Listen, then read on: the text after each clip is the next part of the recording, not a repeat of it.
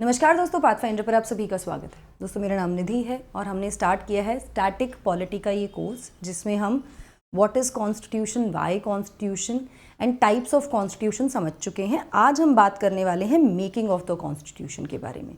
Now ये sessions नहीं हो पा रहे थे रेगुलर, आप लोग बहुत एप्रीहेंसिव थे कि सेशंस होंगे कि नहीं होंगे। I was not keeping well, I was down with very high fever, तो मैं सेशंस नहीं ले पा रही थी, लेकिन अब सेशंस कंटिन्यू होंगे। ठीक है, चलिए शुरुआत करते हैं with the making of the constitution part 1। Session की ड्यूरेशन वही रखेंगे 10 से 15 मिनट। छोटे छोटे सेशंस करेंगे, लेकिन क्लैरिटी से कॉन्सेप्ट को समझते हुए चलेंगे। तो मेकिंग ऑफ द कॉन्स्टिट्यूशन में आज हम बेसिक आइडिया, एक ओवरव्यू लेंगे of the making of Indian constitution. But before moving forward, जल्दी से आप मुझे फॉलो कर लीजिए इन टेलीग्राम चैनल्स पर, जहाँ पर आपको मिल जाएंगी मेरी सभी क्लास की अपडेट, शेड्यूल्स, पीडीएफ्स। और साथ में आप मुझे फॉलो कर सकते हैं अनअकैडमी ऐप पर भी दोस्तों, जहाँ पर आपको मेरी special class and plus courses मिल जाएंगे। एनरोल करने के लिए आपको सिर्फ मेरा कोड यूज़ करना है NDLive10। चलिए, when we talk about making of the constitution, सबसे पहले हमें संविधान एक ओवरव्यू ले लेते हैं। सो भारत विश्व की सबसे बड़ा लोकतंत्र है ना, पॉपुलेशन वाइज, और सही मायने में एक लोकतांत्रिक देश है। और लार्जेस्ट डेमोक्रेसी के नाम से हम बड़ी प्राउडली कहते हैं कि we are the world's largest democracies, है ना। इस डेमोक्रेसी का जो संविधान है ना, वो भी विश्व का लेंथीएस्ट कॉन्स्टिट्यूशन है। It is the world's lengthiest constitution. Why is it the world's lengthiest constitution? Because at present it has 448 plus articles, जो कि डिवाइडेड है 25 भागों में, 25 पार्ट्स, और 12 अनुसूचियों में, 12 शेड्यूल में। ये प्रेजेंटली है, ये करंटली है। लेकिन जब संविधान अडॉप्ट किया गया 1949 में, 26 नवंबर 1949 को अडॉप्ट किया गया था, लेकिन इनैक्ट किया गया था 26 जनवरी 1950 को, जब हम क्या मनाते हैं, रिपब्लिक डे मनाते हैं। ठीक है, जब अडॉप्ट किया गया तो संविधान में थे 395 आर्टिकल्स, 22 पार्ट्स और 8 अनुसूचियाँ। You can see the difference. Articles have raise to 448 now, 395 से। पार्ट्स 22 से हो गए हैं 25, और अनुसूचियाँ भी हो गई हैं 8 से 12 अमेंडमेंट होकर। And was about 1,45,000 words long उस समय जब अडॉप्ट किया गया, making it the longest national constitution to be ever adopted in the world.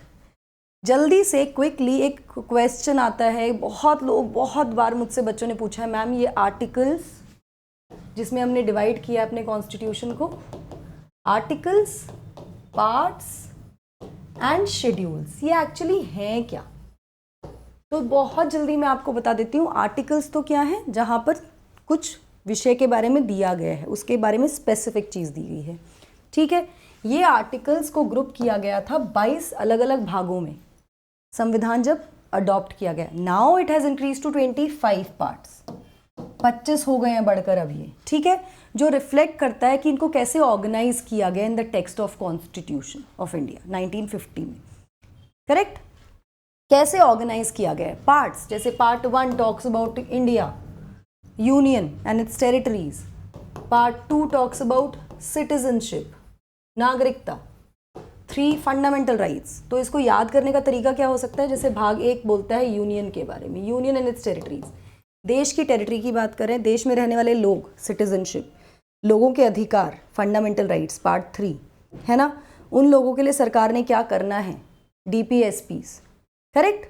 Part 4, लोगों की क्या जिम्मेदारी है, पार्ट 4A, फंडामेंटल ड्यूटीज, सरकारें कैसे काम करेंगी केंद्र स्तर पे, यूनियन गवर्नमेंट, पार्ट 5।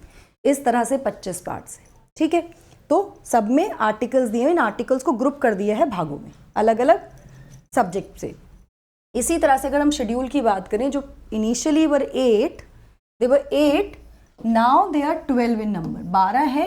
ये इलेबोरेट करते हैं गवर्नमेंट की जो भी पॉलिसीज हैं या रूल्स हैं, कोई भी पॉलिसीज, रूल्स जो कि हैं किसी भी in relation to specific articles of the constitution. It can be the oath and affirmations हो सकती हैं, टेरिटरी के नाम हो सकते हैं, यूनियन में जो भी राज्य होंगे उनके नाम हो सकते हैं, या फिर जो राज्यसभा है उसमें जो सीटों का बंटवारा होगा, एलोकेशन होगा, वो कैसे होगा, शेड्यूल्ड एरिया से कैसे आएंगे, इस तरह की चीज़ें इसमें डिफाइंड हैं। तो ये स्पेसिफिक चीज़ों के बारे में, स्पेसिफिक आर्टिकल्स के बारे में पॉलिसी और रूल्स की बात करते हैं आपकी अनुसूची, schedules which are 12 in number. ठीक है, तो ये तो हुआ एक बैकग्राउंड, एक तरह से बेसिक सा understanding of your articles, parts and schedules of the constitution. Let's talk about the background of making of the constitution. Now do you think कि एक दिन अचानक से हमारे फोर फादर्स उठे और उन्होंने कहा कि हमारा संविधान होना चाहिए और संविधान बनकर तैयार हो गया? नहीं, बिल्कुल ऐसा नहीं हुआ. It was during the 20th century, early 19th century, जब हम स्ट्रगल कर रहे थे आज़ादी के लिए, हम लड़ रहे थे, we were a British colony और हम आज़ादी चाहते थे ब्रिटिशर्स से. इस पूरे ड्यूरेशन में ही कई बार संविधान, भारत का खुद का संविधान, ऐसी डिमांड्स आई बट इनफॉर्मली. जैसे अगर गांधी जी की बात करें तो गांधी जी ने भी भारत के संविधान के विषय में बात की हरिजन में, उनकी जो पत्रिका थी, या फिर जो मोतीलाल नेहरू जी की नेहरू रिपोर्ट है उसमें भी एक तरह से वो चीज़ें बताई गई कि क्या क्या होना चाहिए. बिल ऑफ राइट्स के बारे में बात की उन्होंने, फंडामेंटल राइट्स की बात की इत्यादि. लेकिन संविधान का गठन कैसे हो, संविधान सभा का गठन किया जाए जो कि संविधान का निर्माण करे, ये डिमांड सबसे पहले 1934 में आई. इससे पहले संविधान सभा की डिमांड कभी नहीं की थी. भारत का अपना संविधान हो इसकी बात ज़रूर की गई है.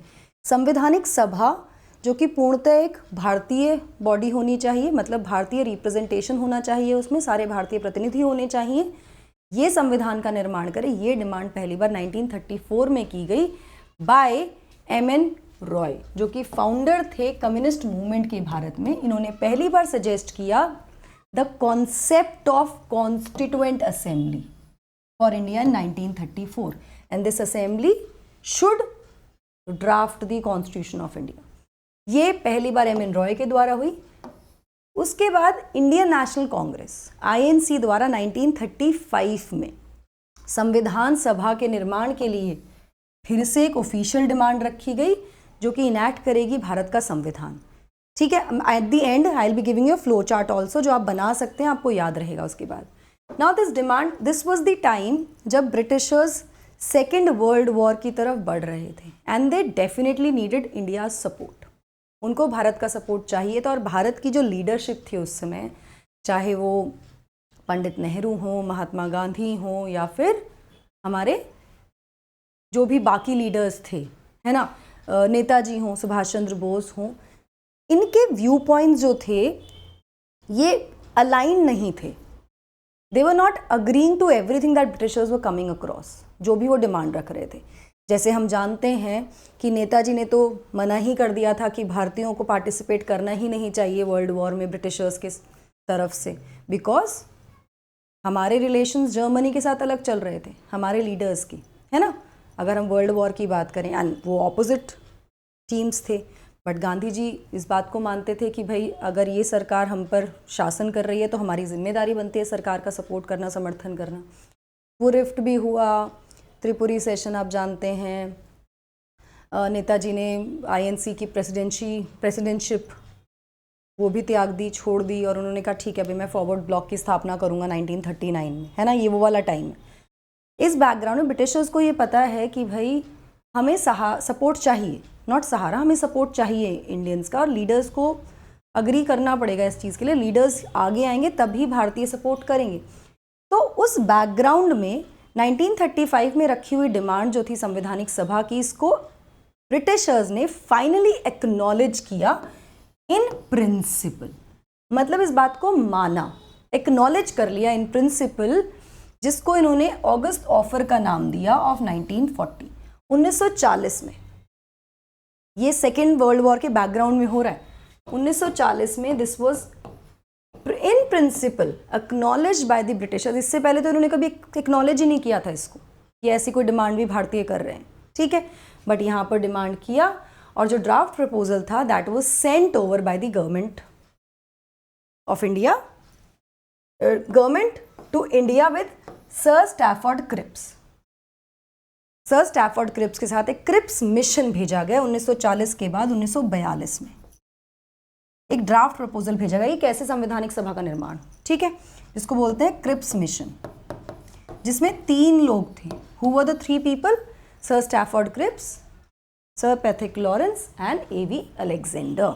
लेकिन इसको बहुत अच्छा वेलकम नहीं मिला मुस्लिम लीग से, सो दिस फेल्ड. 40 में डिमांड एक्सेप्ट की, 1942 में क्रिप्स मिशन भेजा विच फेल्ड, विफल हो गया। अब क्या करें भाई, इसके बाद दोबारा से एक मिशन भेजा which was the cabinet mission plan in 1946। इसमें भी स्टैफोर्ड क्रिप्स आए, इनके साथ बाकी टीम भी आई। It was finally the cabinet mission plan जिसने आइडिया जो था संविधान सभा का, संवैधानिक सभा का, उसको आगे रखा, विच वॉज एक्सेप्टेड, इसको समझा गया, and it mark the beginning of formulating the Indian constitution, thereby creating history. It was the cabinet mission plan which put forward exactly क्या प्लानिंग होनी चाहिए, किस तरह की संवैधानिक सभा का निर्माण कैसे किया जाएगा, रिप्रेजेंटेशन कैसे होगा, because we wanted all Indian body, किस तरह से रिप्रेजेंटेशन आएगा and etcetera. Now in the next session I will be talking about the plan, cabinet mission plan. आज हम ओवरव्यू ले रहे हैं सिर्फ, ठीक है। Now the assembly was constituted in November 1946। Cabinet mission plan Bharat आया, नवंबर 1946 में असेंबली कॉन्स्टिट्यूट की गई एज पर द कैबिनेट मिशन प्लान। जो असेंबली थी it was a partly elected and partly nominated body. Now यहाँ पर why partly elected partly nominated, because India was divided into two kind of territories, एक थे British provinces और दूसरी थी princely states. तो जो ब्रिटिश प्रोविंसेस थे वहाँ पे प्रोविंशियल असेंबलीज थी, तो असेंबली से जो लोग आएंगे वो पार्टली इलेक्टेड होंगे, इलेक्ट होकर आएंगे, चाहे वो इनडायरेक्टली इलेक्ट होकर आ रहे हैं। And the princely states they were given a choice कि आप लोग क्या करना चाहते हैं। In the beginning princely states kept themself away from it, कि हम नहीं पार्टिसिपेट करेंगे, but eventually they participated and they decided that they will be nominating the members in the constituent assembly. तो nominated came from the princely states and elected from the British provinces, जो provincial assemblies थी, ठीक है, वहां से आए। इसके अलावा जैसे beside the members were to be indirectly elected, जैसा कि मैंने आपको बताया प्रोविंशियल असेंबलीज से, who themselves were elected with on limited franchise. Provincial assemblies कैसे होती थी, लिमिटेड फ्रेंचाइज में, not everybody has the right at that time to vote. जैसे आज हमारे पास है ना कि 18 साल से ऊपर के सभी लोग वोट कर सकते हैं, ऐसा तब नहीं था। There was a limited franchise, कुछ क्राइटेरियाज थे, जैसे मनी, आपकी लैंड कितनी है, आपकी एजुकेशन कितनी है, आप किस कैटेगरी को बिलोंग करते हो, ठीक है। असेंबली में सभी महत्वपूर्ण पर्सनालिटीज थी भारत की उस समय की, except Mahatma Gandhi. Now this is very very important, please remember, Mahatma Gandhi was one main leader along with Mohammad Ali Jinnah who were not part of the constituent assembly. ये संवैधानिक सभा के सदस्य नहीं थे, ये ध्यान रखिएगा, ठीक है। Almost all the important personalities were a part of it. Now the constitution was drafted by the assembly from 1946 to 1950 and was finally adopted on 26 November 1949. 1946 दिसंबर में पहली मीटिंग हुई। इसके बारे में कल के सेशन में डिटेल में बात करेंगे, कैबिनेट मिशन प्लान से क्या क्या डिसाइड हुआ, how it eventually went on one by one, ये सारी चीज़ें कल हम डिस्कस करने वाले हैं। विद इफेक्ट फ्रॉम 26 जनवरी 1950, जिसको हम जानते हैं, जिसको हम रिपब्लिक डे के नाम से भी जानते हैं। Assembly had precisely taken 2 years 11 months and 17 days to draft the complete the drafting of the constitution. तो लगभग 3 साल का समय लगा इस पूरे संविधान को लिखने में, और इस पीरियड में असेंबली के 11 सेशंस हुए spread over 165 days, among which 114 were spent solely on consideration of the draft constitution. Now ये एक बैकग्राउंड है मेकिंग का। अभी हम देखेंगे कि ड्राफ्ट को, जब कॉन्स्टिट्यूशन ड्राफ्ट होगा तो उसमें कुछ कमिटीज़ का गठन होगा। सबसे पहले तो कैबिनेट मिशन प्लान में क्या प्रावधान थे, कितनी मेंबरशिप थी, इन सब चीज़ों के बारे में हम कल डिस्कस करेंगे, ठीक है। आज हमने क्या डिस्कस किया, quickly I will give you a flow chart of the entire thing.